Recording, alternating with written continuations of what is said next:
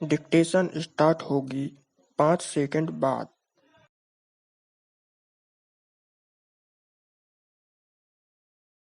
Start.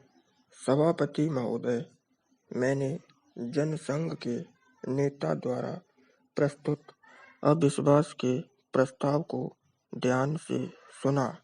उनका भाषण सुनने के बाद मुझे ऐसा प्रतीत हुआ कि उन्होंने अविश्वास के प्रस्ताव की महत्ता की और उसकी आवश्यकता को ठीक प्रकार से नहीं समझा। उन्होंने स्वयं इस बात को स्वीकार किया कि इस केंद्रीय सरकार की नीतियों के घोषित होने से पहले उन्होंने किसी भी सरकार के विरुद्ध इस बात को ध्यान में रखकर लाया कि उस सरकार की नीतियां असफल हो गई हैं। इस बात को ध्यान में रखते हुए कि चाहे कुछ राज्यों में विभिन्न विरोधी दलों को वहां का कार्य चलाने की जिम्मेदारी सौंपी गई है, हमारे देश की जनता ने देश का कार्य चलाने के लिए भारत का शासन कांग्रेस सरकार के ही हाथों में सौंपा है। चेंज। हमारे देश की जनता का विश्वास था कि कांग्रेस ही एक ऐसा दल है जिसके ऊपर विश्वास प्रकट किया जा सकता है और इसीलिए केंद्रीय सरकार को चलाने की जिम्मेदारी हमारे ऊपर आई है।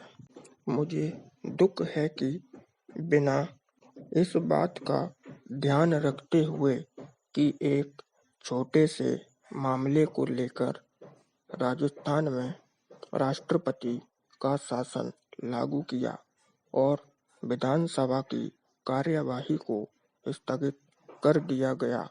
अगर इसी प्रकार के ऊपर इस सदन को विचार करना था तो अविश्वास के प्रस्ताव के अतिरिक्त भी हमारे नियमों को व्यवस्था है जिसके अनुसार हम इस सदन के अंदर इस प्रश्न पर विचार कर सकते थे, लेकिन जनसंघ के अंदर जिस प्रकार से हस्तक्षेप किया है वह अनुचित है और संविधान की अवहेलना की गई है। जनतांत्रिक भावनाओं का ध्यान नहीं रखा गया है। उनका यह भी कहना है कि वहाँ जो निर्दलीय सदस्य चुनकर आए थे उनको राज्यपाल ने राजनीतिक अधिकारों से वंचित रखा है और कहा है कि कांग्रेस पार्टी जो वहाँ का सबसे बड़ा दल है केवल उसी को वहाँ पर सरकार बनाने का अधिकार है। एक तरफ आप यह मापदंड लगाते हैं कि राजस्थान में निर्दलीय सदस्यों की अवहेलना की गई और दूसरी तरफ आप उत्तर प्रदेश का उदाहरण प्रस्तुत करते हैं। स्टॉप।